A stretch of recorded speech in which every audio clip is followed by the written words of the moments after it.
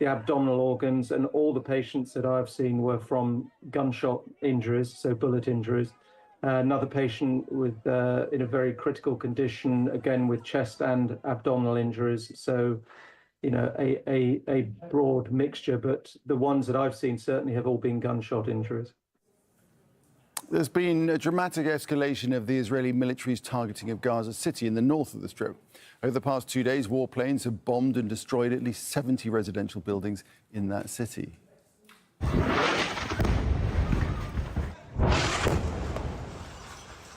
Entire families have been killed in some of those strikes. Schools that were housing displaced Palestinians have also been attacked. Gaza City was once a bustling commercial hub of the Strip, and now entire neighborhoods are in ruins. The Israeli army has issued forced expulsion orders for residents with the stated aim of displacing civilians to the south so it can capture and hold more land in the north. Our correspondent Hani Mahmoud is in Gaza City and takes a look at the destruction. This is Gaza City today, once a home to thousands of Palestinians, now a graveyard to concrete and dust. Relentless airstrike targeted and flattened 70 residential buildings. These were not military compounds, they were apartment blocks, they were homes. They housed hundreds of Palestinian families who are now sleeping in the streets, in temporary shelters, or not at all. This building behind me held over 40 people. One moment they were breaking bread together, and the next they are running for their lives or buried underneath the rubble of the bombed buildings. And the worst part, the bombings do not stop.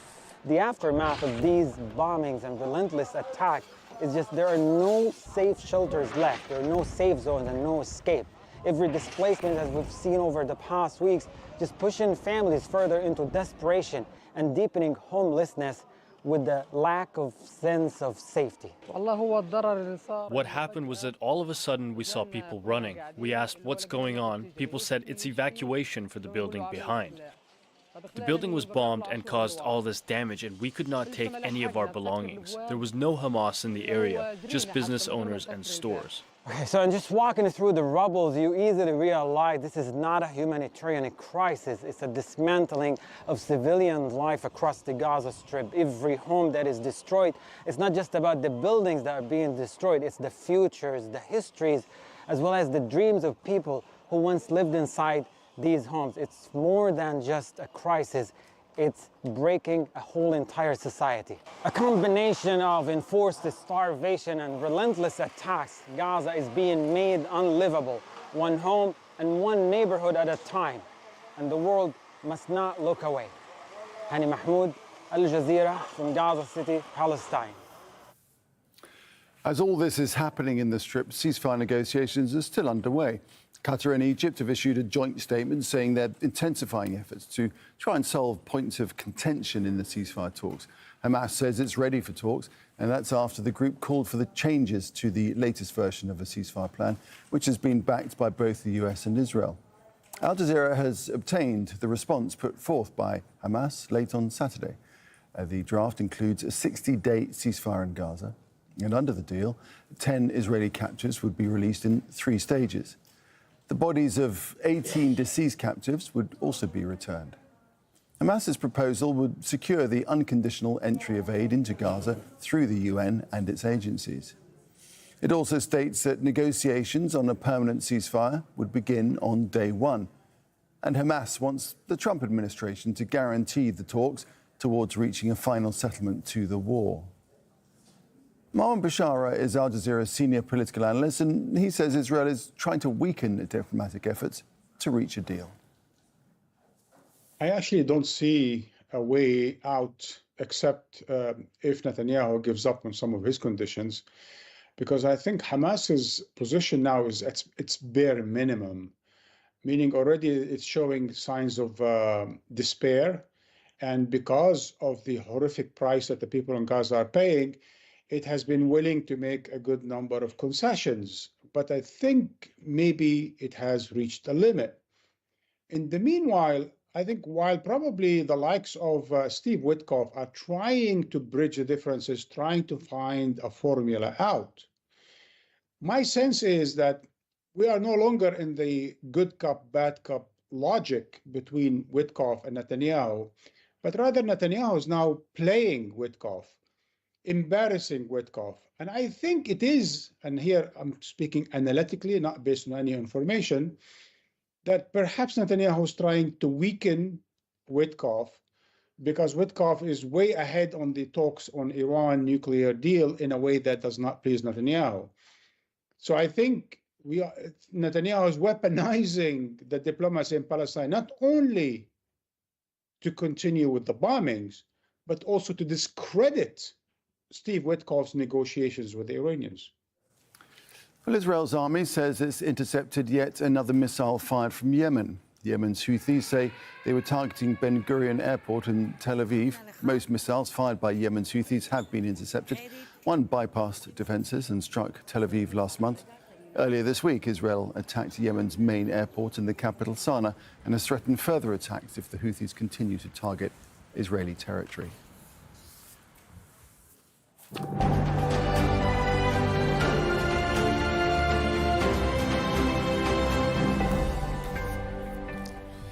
Exit polls in Poland's tightly contested presidential runoff election indicate that the result is too close to call. The election could have a major impact on the nation's future role in the European Union. The mayor of Warsaw, Rafał Trzaskowski, is up against the conservative historian Karol Nawrocki. Trzaskowski has promised to promote constructive ties with European partners, while Nawrocki is a skeptic of EU integration. Both candidates support aid to Ukraine, but Nawrocki opposes NATO membership for Kyiv. Hashim Harabara has more now from the Polish capital of Warsaw.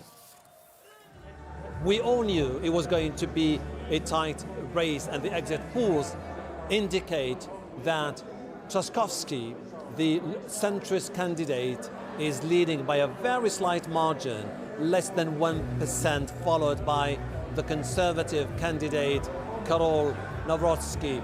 But for Trzaskowski, this is quite a significant moment. He seems to be confident that he has been elected president of Poland, and he said that he's going to build bridges with everybody and that he's going to be president for all the Poles. On the other side of the city, there was a gathering of supporters of the conservative candidate Nawrocki, who didn't concede defeat and said that the race is far from over.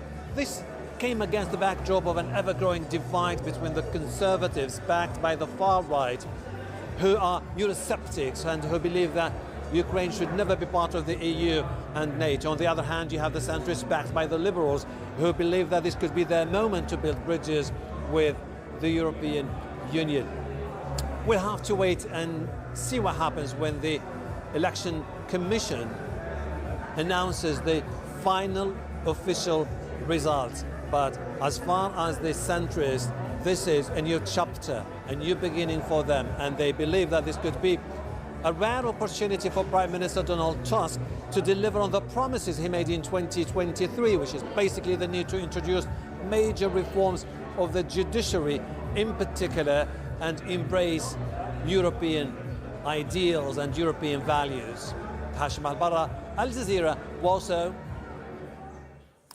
Mexico is holding its first ever judicial elections. Voters have a big task ahead of them, choosing their entire Supreme Court, as well as nearly 3,000 other judicial posts. No other country in the world has held judicial elections of this scale. And while the government says it's necessary to root out corruption, critics say it's politicizing what should be an impartial role. John Holman joins us now live from Mexico City. So, John, this could have some profound implications for the country going forward. What's the view of the people where you are?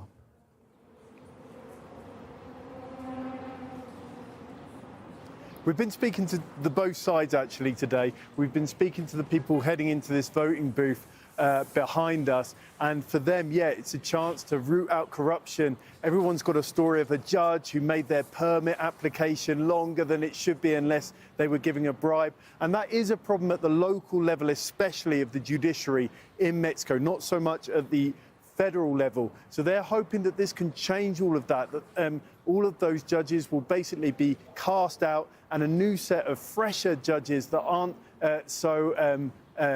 so implicated in all of that, can come in. That's the hope for the people that support this and are coming in to vote. On the other side of it, the people that are protesting against this say, well, this is really the only branch of government that's opposed the ruling party, Morena, or been a sort of a pebble in its shoe, something that's got in Morena's way when it's gone for some controversial reforms in the country, and that's going to be taken away. They think that this voting process will just be manipulated so that, especially in the Supreme Court, Morena favouring judges will get in those chairs. So it's really been polemic in the country. So, John, how's the voting going? And there were concerns that turnout might not be that high. Yeah, I've just been telling you about how polemic it's been, but actually on the day of, a lot of people have stayed away from the polls. This has pretty much been the case where we've been all the way through. Not that this is a Morena heartland in the Cuauhtemoc neighborhood in Mexico City, but we have heard reports from across the country of largely empty or just a trickle of voters coming into polling booths. And that's due not just to opposition, a lot of people staying away because they just don't agree with this and that it's the way forward, but also we're talking about electing judges. They're not like political candidates where they can give out a real manifesto that they're going to clean up crime or help homelessness or unemployment in the city. These are people that are basically saying, well, I'm going to impart justice. And as that has been the case, there's not really a platform for them to